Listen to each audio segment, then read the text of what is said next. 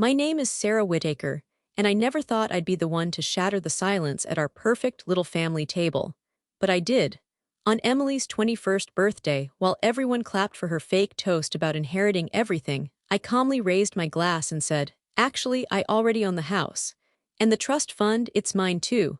You should have seen my sister's face drop, my mother's wine glass freeze midair, and my father. He finally looked at me like I existed. "Where are you watching from?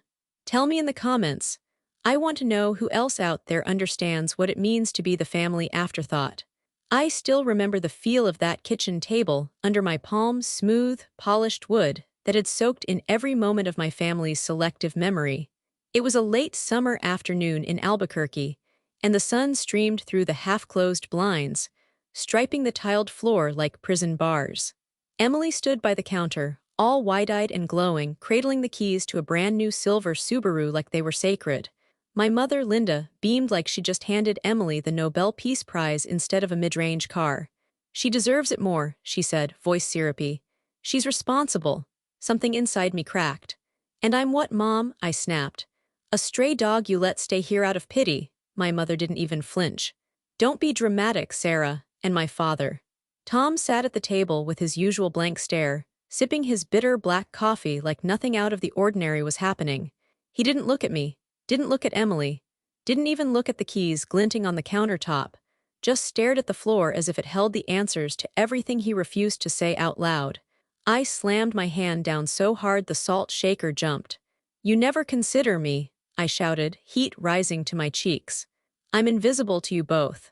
Emily gave me that little head tilt, the one she used to use when I couldn't solve a math problem in second grade.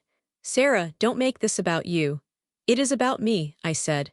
"It's always been about me, or rather how I never matter." The silence that followed was thick enough to drown in. The kind of silence that lives in houses where favoritism isn't just a rumor, it's wallpapered into the walls. I looked to my father for anything, acknowledgement, guilt, a flinch. But he just took another sip and said nothing. I was 16, old enough to drive, old enough to have straight A's and a part-time job and to pay for my own phone, but apparently not old enough to deserve a car or fairness or even the decency of a conversation. Emily jingled the keys, her voice fake sweet. "It's not about you not deserving it, it's just I need it more." Of course she did. She needed the last muffin this morning, too. She needed the better bedroom with the bigger window when we were kids. She needed our dad to coach her softball team every Saturday while I sat in the bleachers doing homework alone. I turned back to my father, my last shot. "Say something," I pleaded. "Anything." His mug clinked against the table as he set it down. He exhaled, long and slow. Then he got up and walked out. Didn't look at me. Didn't speak. Just left the room like I'd never been there. That's when I knew this wasn't a one-time oversight. This wasn't forgetfulness. This was a pattern, a blueprint, a decision, and I was done pretending it didn't matter. So I did what I never dared to do before. I made a scene. Not because I wanted attention, but because I'd swallowed too many quiet betrayals, too many second-place hand-me-downs, too many nights hearing "you'll understand when you're older." I was older now. And what I understood was that love in our house was a transaction, and I wasn't part of the deal. Later that night, I'd stand on the porch under a dim porch light and confront the man who once taught me how to ride a bike, and I'd ask him point-blank if this was really how he saw me. But that moment hadn't come yet. For now, I stood in that kitchen, my heart racing, the air heavy with resentment, and I made a quiet promise to myself. They would see me, one way or another. That night, after the kitchen eruption, I sat on the porch steps, hugging my knees to my chest. The light above buzzed faintly, flickering every so often, casting long shadows across the yard. The air smelled like watered-down grass and late summer sweat, but all I could feel was the hollow ache expanding inside my chest. I hadn't cried. Not then. Not in front of them. But now, my throat burned from holding it all in. The screen door creaked open behind me. I didn't need to look to know it was him. His footsteps were steady, deliberate. I could practically hear the scrape of his worn boots on the concrete as he came closer. Tom Whitaker, my father, stood beside me in silence for a moment, the way he always did when he didn't know how to be a dad. He didn't sit down. "You still mad?" he asked finally, his tone like someone discussing the weather. I looked up at him slowly. "What do you think?" He shrugged, eyes scanning the dark horizon like it might save him from this conversation. Your mom just thought it made sense. Emily's always needed more structure. A car keeps her focused. College is coming. I let out a bitter laugh. Structure, she gets keys to a brand new car and I get a lecture on being dramatic. She didn't ask for it, your mom offered. That's not the point, I snapped, then forced myself to breathe slower. Dad, don't you think it's unfair? Another pause, a longer shrug. It's not that serious, Sarah. My jaw tightened. It's serious to me. Sighed like I was an exhausting equation he couldn't solve. Life's just like that sometimes. There it was, the line. The same one he used when my science project got ignored at the state fair because Emily's dance recital was the same day. The one he used when Mom skipped my middle school graduation to take Emily shopping for prom. Life's just like that sometimes. It's not fair, I said again, quieter this time. He didn't answer. I'm tired of being the backup daughter, I whispered. Still nothing. I turned my head toward him, forcing him to see me. Then I'll make it serious enough to matter. And that finally got him to look at me, but only for a second. He nodded once. Not in agreement, but in that detached way of his that meant the conversation was over. Then he walked away. Just like he always did.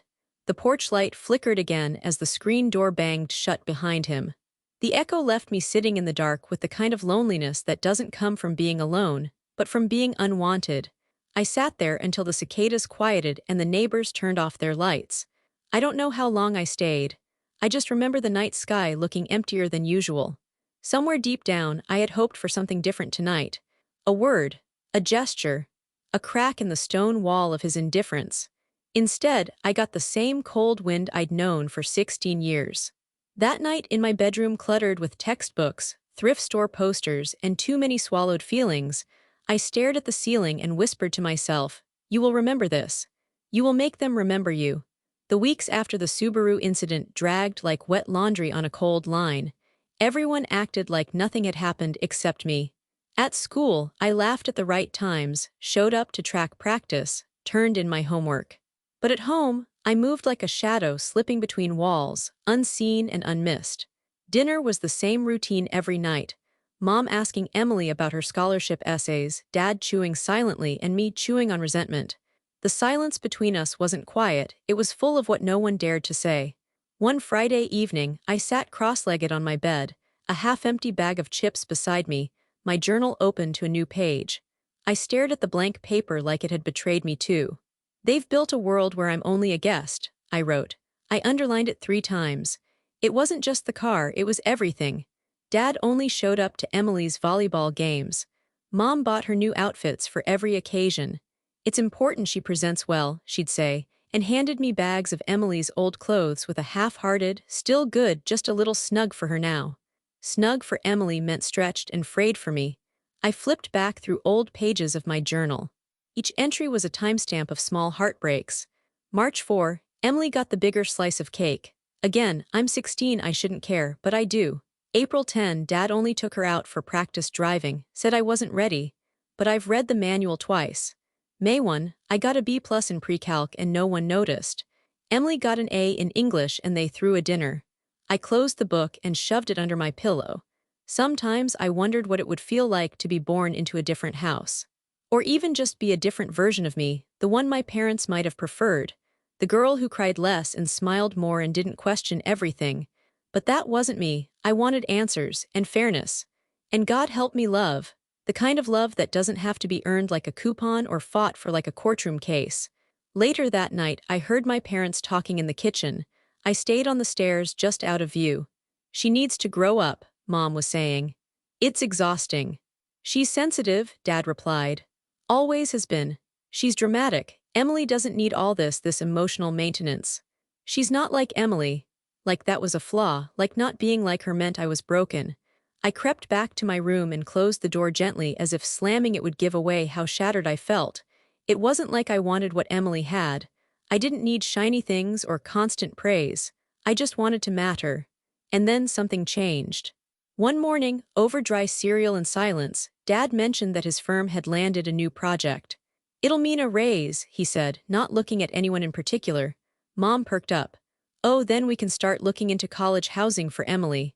Dad paused. "For both girls," he said. Mom blinked, I blinked. Emily didn't. I pretended not to notice the way Mom's smile twitched or the quick glance she gave Dad. Later that night, I overheard them again, this time quieter, tense. "You never talked to me about this," Mom whispered. "She's going to college too, we have to plan for that. You're not being realistic, one apartment makes more sense." My chest tightened. So it begins, I thought, the bargaining of my future. Still, the next morning, Dad brought home a college brochure, not just one for Emily's dream school, but one from a place I had mentioned months ago, a tiny liberal arts college in Santa Fe.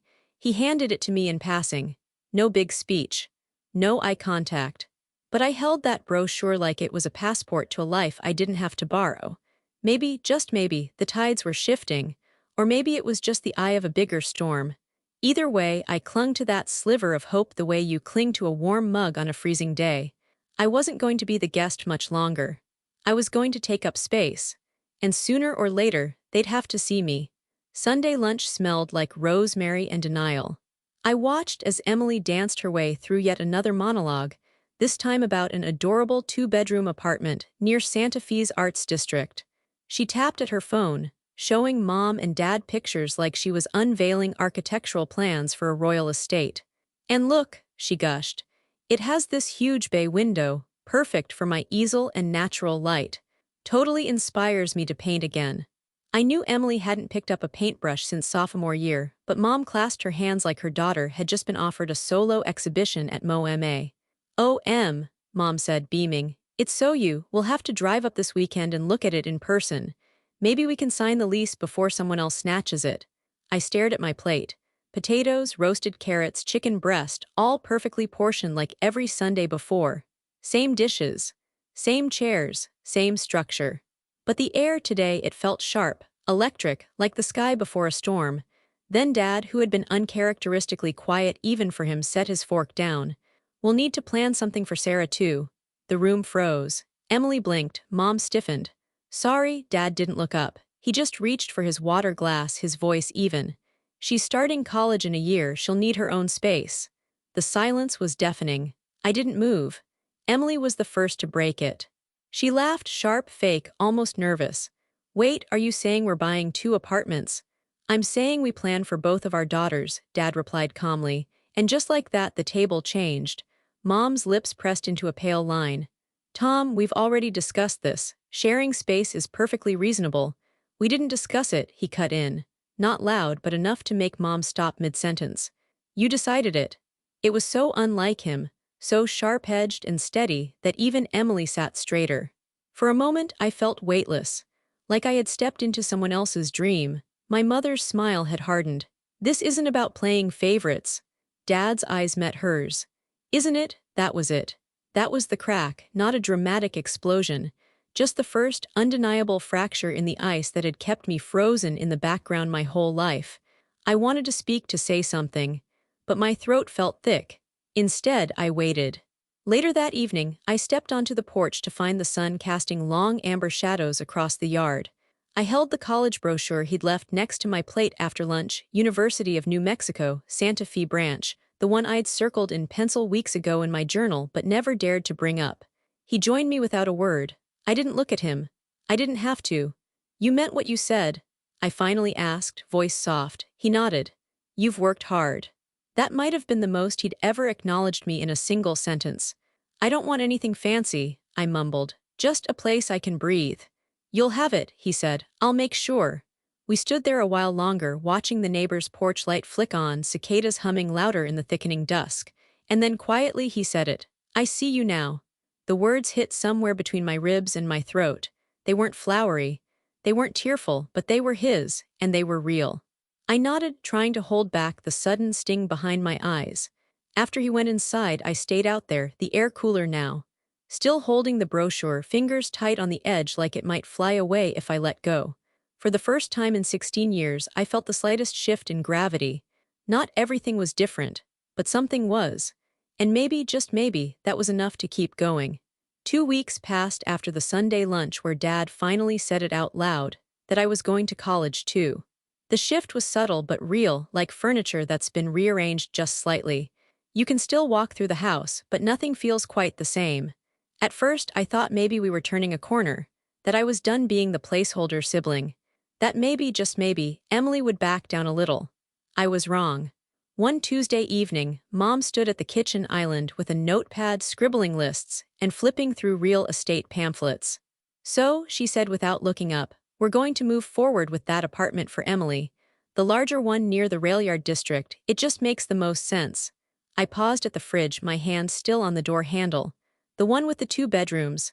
"Yes," she said, flipping another page like she was reading off a grocery list. "It's a better long-term investment, and we won't have to pay for 2 separate units." My stomach dropped. "Wait, so I'd be living there too?" Mom nodded. "It's practical, Sarah. You girls can share, we're not made of money." "Emily said she wanted her own space," I replied carefully. "She's willing to compromise," Mom answered too quickly. "And so should you." Emily strolled in at that moment, plopping a snack bag on the counter like royalty returning from a tour. "We'll make it work," she said, shrugging. "I mean, we'll have to set some rules, obviously, like no guests after 10. And I'll need the bigger bedroom for my art stuff." I stared at her. "You don't even paint." Emily opened the snack bag. "I might again." Something tightened behind my eyes. This wasn't the plan. "Well, plans change," Mom said, her tone clipped now. "We can't waste money on 2 apartments when there's a perfectly good solution right in front of us." Dad walked in just as the air turned sharp. He paused, coffee mug in hand, eyes darting to me, to Mom, to Emily. He didn't say anything, not at first.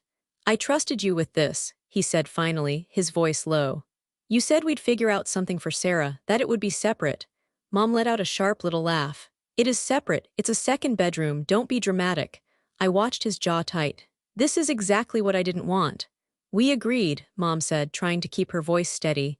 "Emily's apartment made more sense, it's bigger, it's nicer, and it's already furnished." "No," he said, setting his mug down with a quiet thud. "You decided, and I let you." A silence dropped over the kitchen. Not the quiet kind, the dangerous kind. The kind where things shift under your feet before you know you're falling. Emily made a face. "So what, you're taking her side now?" Dad turned to her. "I'm not picking sides, I'm correcting a mistake." "By throwing away money?" Mom snapped. "No," he said again, calmer now, "by keeping a promise." I didn't speak. I couldn't. I just stood there, my hand still on the fridge door, afraid to move or blink or breathe in case it shattered everything. Because in that moment, I realized something. This wasn't just about me anymore. This was a fracture in the alliance I'd never been part of. The triangle, Mom, Dad, and Emily, had always spun around each other, a tight, impenetrable orbit. But now the spin was wobbling. Emily stormed out first. "Whatever, I'm not living in a shoebox just because she suddenly matters." And for once, Mom didn't chase her.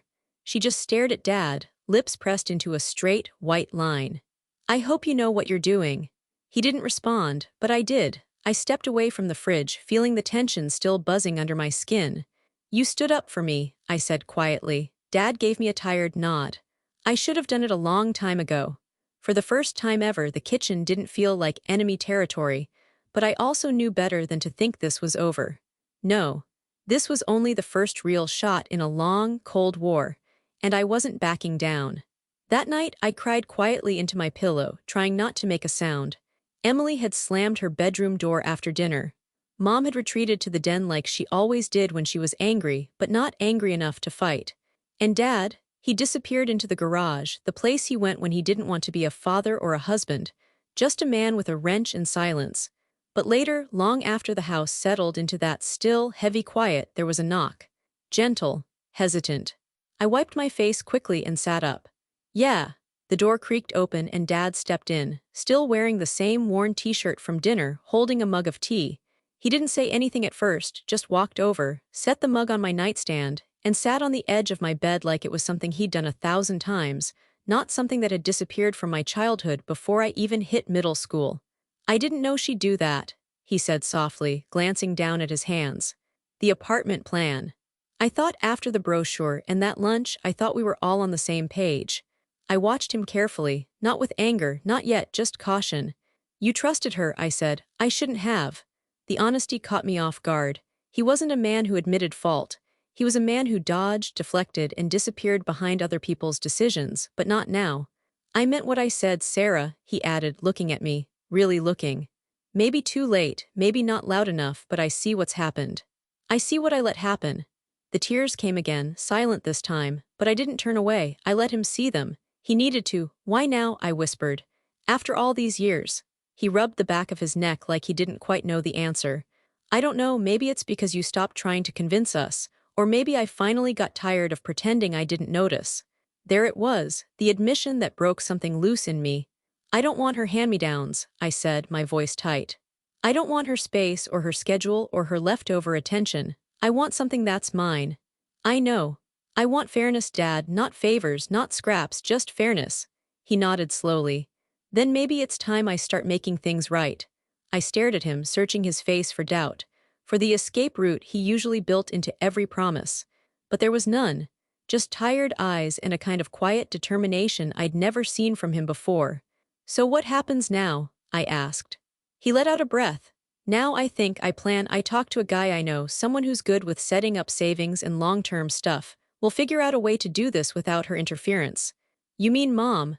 I mean anyone who won't put you first, he said simply. A beat passed between us. He stood, nodded toward the tea. Still warm. Then he walked out, closing the door gently behind him. I sat there for a long time. The tea was chamomile, my favorite. Somehow he remembered that. Maybe he really was trying now. And maybe I was finally done hoping for crumbs. Because this time, I wanted the whole seat at the table. A year later, I stood in the entryway of Emily's new apartment with 2 cardboard boxes and a pit in my stomach. This is temporary, I told myself out loud. Just until I figure something better out. The Santa Fe sun poured through the tall windows like gold, but the warmth stopped there. The apartment was pristine, curated to reflect Emily's version of adulthood. Sage green walls, minimalist furniture, fake plants that looked real, and a vintage mirror she claimed she manifested on Etsy. I was the uninvited guest in her perfectly filtered life. Oh, she said, coming around the corner with a bottle of sparkling water. You're finally here. Traffic was bad, I muttered, setting the boxes down near the hallway. My half of the hallway. The guest room turned shared bedroom with no door kind of situation. You're in the smaller room, obviously, she said, sipping her drink like it was champagne. I need the bigger one for my creative space. Her creative space was 3 shelves of watercolor supplies she hadn't touched in 6 months and a desk where she took mirror selfies before class. I didn't fight her. Not that day. I unpacked in silence. My half of the closet was already full of her winter coats. The mini fridge in the kitchenette was filled with organic almond milk, goat cheese, and at least 4 different flavors of kombucha. Nothing of mine belonged here. The first week was tolerable. We passed like ghosts, me headed to early classes and part-time shifts at the campus bookstore, her out with friends or sleeping late. But by week 2, things shifted. It started with the laundry. I separated our whites, she said one afternoon, and I washed yours too. You're welcome. Thanks, I replied, until I realized she'd thrown my red hoodie in with the load and now everything had a faint pink hue. Then came the bathroom. Could you, wipe down the sink after you use it? My toothpaste doesn't splatter like that. I bit my tongue. But the final straw was the chore chart. Yes, a chore chart. She taped it on the fridge one morning like she was running a summer camp for sisters she didn't like. Since I do the cooking, you can take trash duty, dishes, and floors, she chirped. I figured that was fair. You do the cooking because you make food I can't eat, I snapped. I'm allergic to almonds, Emily. Right, she said, blinking. Then you can cook your own meals too, that actually works out better. By week 4, the apartment was a war zone of tension and muttered sarcasm. One night I came home from a late shift and found all my textbooks shoved into a corner of the living room. What happened to the shelf? I asked. Oh, she said sweetly from the couch. I needed it for my vision board. You can keep your school stuff in your room, it's better that way. I wanted to scream. Instead, I grabbed my car keys and left. I drove 2 hours back to Albuquerque in silence, watching the lights of the city disappear behind me like I was shedding skin. When I pulled into our old driveway, the porch light was still on. Dad opened the door before I even knocked. I didn't expect you home tonight, he said. I couldn't stay there, I replied. He didn't ask for details. Just opened the door wider and said, then stay here. And for the first time in months, I exhaled. When I pulled into the driveway, it was already dark. The porch light flickered like always. The garden gnome Mom used to joke about had a fresh crack across its face. I stepped out of the car and stood still for a second, keys clenched in my hand, backpack heavy against my shoulder. The air smelled like creosote and dust, and something that almost felt like peace. I hadn't planned on coming home, not really. But when Emily told me casually, smugly, that she'd rearranged our bathroom so her stuff could flow better, and then accused me of using too much emotional energy, something inside me just snapped. I couldn't take another minute of smiling through her rules. Her passive digs, her double standards, so I drove, 2 hours straight. No music, no calls. Just me and the highway and the quiet voice in my head whispering, "You don't belong there." When Dad opened the door, he didn't ask questions. Just looked at me, really looked, and stepped aside. "Room's still yours," he said. That night, I lay in my old bed staring at the popcorn ceiling, hearing the soft hum of the swamp cooler and the occasional creak of the walls. For once, they didn't sound like ghosts. They sounded like memories. In the morning, he made coffee and scrambled eggs, burnt just around the edges like always. I took a bite and nearly winced, but still smiled. It was familiar, safe. We ate in silence until he set his mug down and cleared his throat. "She made it hard again, didn't she?" I stared at my plate. "Harder than I expected." "She's always been good at that." It was the closest he'd come to criticizing Emily out loud, and it cracked something open. "I thought it might be different now," I said. "After everything you said, after the apartment plan, I really thought she'd try. She doesn't see you as her equal, Sarah. She never did, and no one ever made her." He said it without bitterness, just honesty. It was strange hearing it spoken so plainly. "I can't stay there," I whispered. "Not even for the rest of the semester." "You shouldn't." I looked up. He was already watching me. "I've been thinking about that," he said, getting up and pulling a manila envelope from the drawer by the fridge. "About how to give you what she's always been handed." He slid it across the table toward me. I hesitated, then opened it. A printed document, legal-looking, my name in bold, a trust agreement. I blinked. "What is this?" "A financial trust," he said. "Set up in your name. It's not enormous, but it'll grow. You'll be able to use it for a down payment, or a car, or whatever life you want when you're ready." My heart pounded. "Wait, when did you do this?" "Month ago," he said, folding his hands. "After the kitchen fight, I knew it wasn't enough to just say I'd do better, I had to prove it." I sat back in my chair, stunned. "Mom doesn't know, does she?" He gave a short shake of his head. "No, and she doesn't need to. This is between us." A strange mix of emotions swirled inside me: relief, disbelief, guilt, even joy, and something new, the sense of being chosen. "You always let her run things," I said softly. "Why now?" His eyes dropped to his coffee. "Because I realized if I didn't step up, I was going to lose both of you, one to entitlement, the other to silence." He looked at me again. I picked silence for too long. I swallowed the lump in my throat. "Thank you." "Don't thank me," he said gently. "Just use it, build something that's yours." That afternoon, I sat in my parked car for a long time, staring at Emily's apartment in Santa Fe, knowing I'd have to walk in, pack my things, and face her. But I wasn't afraid anymore. Not because I had money, because I had clarity. I wasn't her shadow anymore. I was no longer the backup plan, the second act, the built-in fallback. I had my own map now, and I was finally allowed to draw it.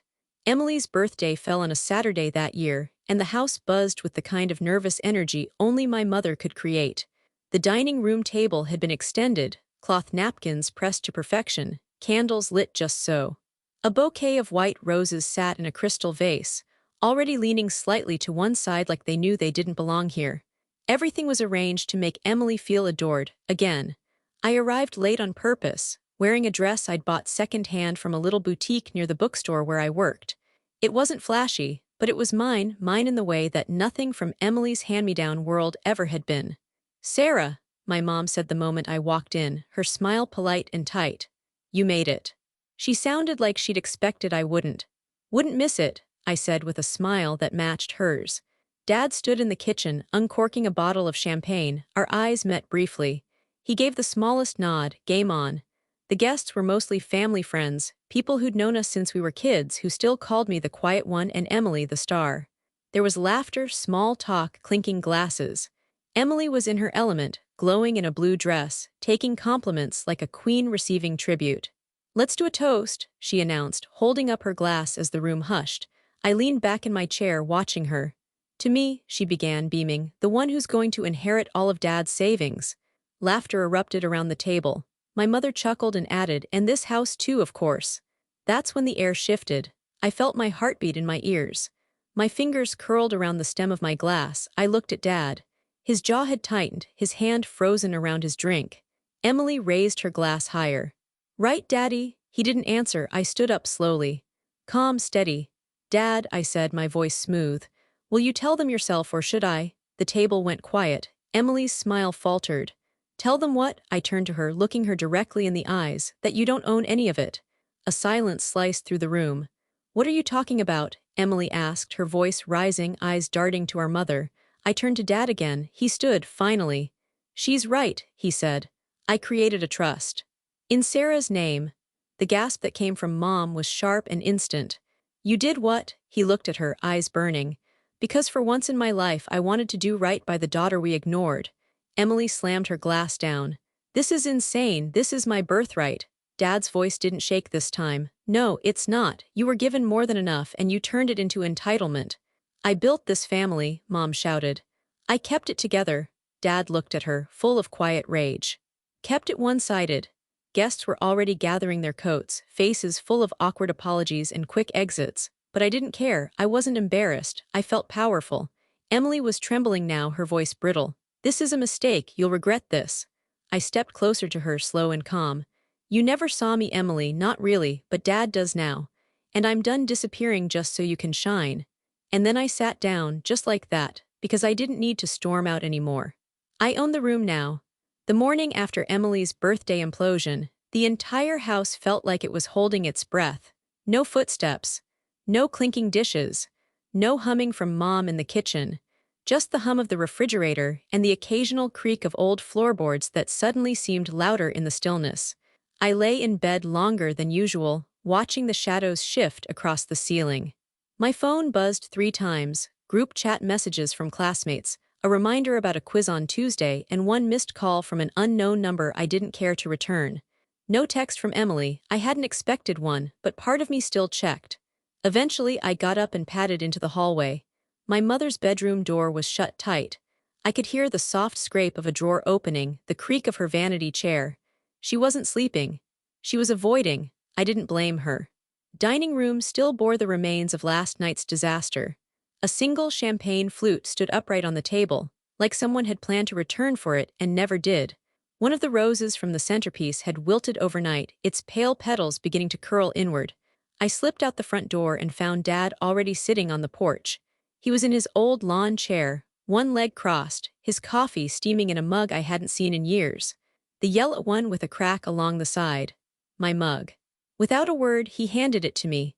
Still like it black? He asked. I nodded and took a sip. Lukewarm, strong, familiar. We didn't speak for a long time. The neighborhood was waking up. Someone's dog barked 2 houses down and a car pulled out of a driveway with that slow, Sunday morning rhythm. But here on the porch, time felt paused. Like we were inside the eye of a storm that had already passed, waiting to see what the wreckage looked like once the wind moved on. You okay? He asked. I don't know yet, I answered honestly. He nodded. Fair. I turned my mug in my hands. It was a mess. He didn't deny it. It was. But I don't regret it. Good. We both sat back. The sun was climbing, casting warm light on the tips of the porch rail. A breeze passed through the mesquite tree in the yard, rattling the dry leaves. Then I said it. Do you regret what you did? He looked at me, not quickly, not defensively, just clearly. No. And then, after a beat, I regret waiting so long, but not this. I breathed in through my nose. The weight in my chest was still there, but it was changing, becoming less of a burden and more of a fact. You know she won't forgive you, I said quietly. He nodded again. I know, or me. I know that too. We sipped our coffee. I didn't feel triumphant. I didn't feel righteous. I just felt relieved. For the first time, the truth wasn't a secret I carried alone. It had been cracked open, spilled out, and now it was just there, messy, inconvenient, undeniable. She'll probably say I manipulated you, I muttered. He smirked. I'm a grown man, Sarah. Doesn't stop her from believing she owns the world. She doesn't, he said firmly. Not anymore. That silence between us, it used to be suffocating. Now it felt like something else, a space where words weren't necessary for understanding. He wasn't just trying to make amends with a signature on a trust document. He was staying, showing up, sharing the quiet. You're still her dad, I said. You know that, right? I do. She'll never stop expecting more. I'm not giving her more, he said and then turned to me. I'm choosing better. I didn't cry, though I felt the sting behind my eyes, because finally he wasn't choosing louder, or easier, or prettier, or safer, he was choosing me. And that truth, steady and quiet, settled in my chest like something I'd been waiting my entire life to hold. I'm going to Santa Fe tomorrow, I said. Just for the day, I need to pick up my last few things. He didn't ask questions, just said, "You want me to come with?" "No," I said softly. "This one I'll do alone." Because I could now, because I wasn't walking into her world anymore. I was leaving it behind. The next afternoon, I drove to Santa Fe with the windows down. The air was cool, crisp, the kind that made your skin sting just enough to remind you were still alive. My bag was light. Just my keys, wallet, and a small empty duffel to pack what was left of me in that apartment. I wasn't nervous. I wasn't even angry anymore. I was just ready. I parked on the street, my tires crunching softly against the curb. From the outside, the building still looked like something out of a lifestyle blog. Clean stucco walls, bright red door, and a tiny succulent perched on the windowsill that Emily always bragged never died. I let myself in with my spare key. The smell hit me first, eucalyptus and expensive candle wax. Still trying too hard. Emily was sitting on the couch, legs crossed, scrolling her phone. She didn't look up. "I figured you'd show up eventually," she said flatly. "I just came for my things." "I didn't touch them," she added, her voice clipped. "Didn't want to deal with the drama." I raised an eyebrow. "Right, because you hate drama." She set her phone down and finally looked at me. "You think you won something?" I didn't answer. I walked straight to the hallway closet and began pulling out my boxes, books, 2 pairs of shoes, a scarf she once said made me look like a sad librarian. "You made Dad choose," she called after me.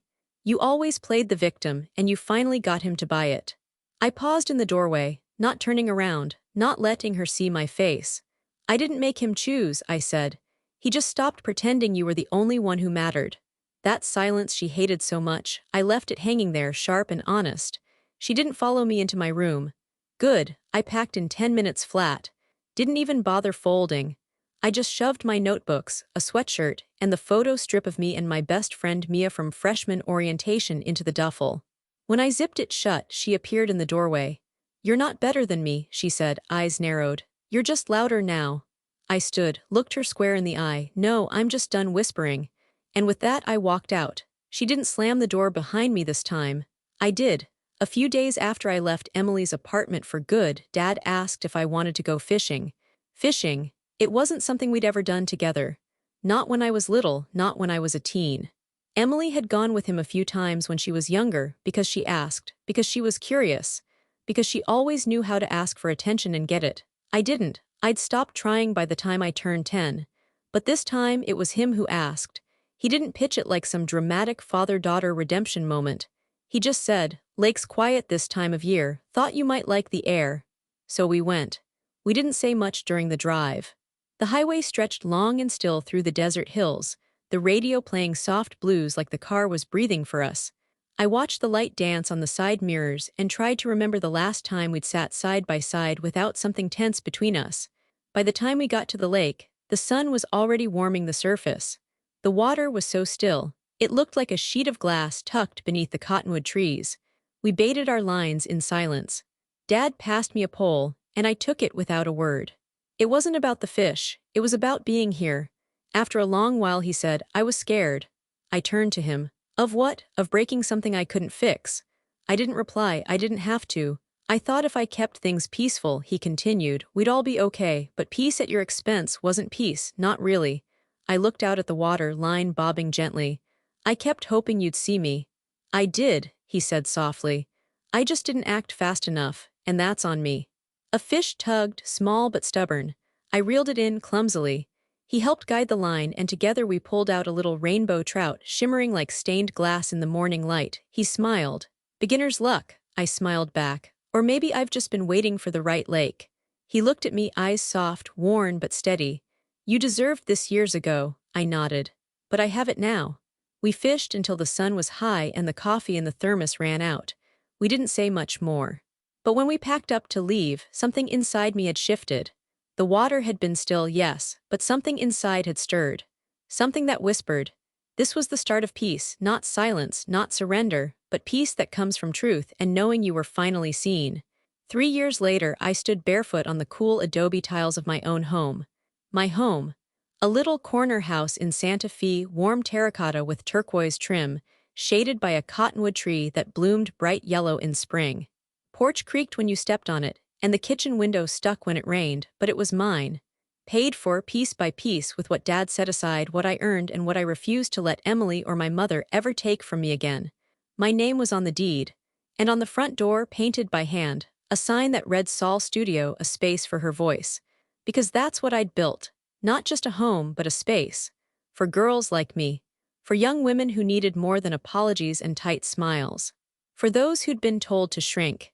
Inside, laughter echoed off the clay walls. 2 teenage girls were in the back room working on a mural, paint smeared on their overalls, hair tied up in high buns. Another was seated on the rug with headphones in, mixing music on her tablet, her head bobbing to a beat only she could hear. The room smelled like acrylic and cinnamon tea. This was my world now, not perfect, not polished, but rooted. My past still lived in me. I felt it sometimes in the pit of my stomach when people raised their voice too suddenly, or when I had to ask for help, and heard my mother's dismissive tone in the back of my mind. But it didn't control me anymore. It had simply become background noise. A soft knock on the front door pulled me out of my thoughts. Dad. He stood there with a small cooler and a smile.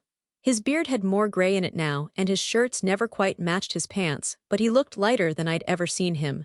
"Hope you're hungry," he said, lifting the lid.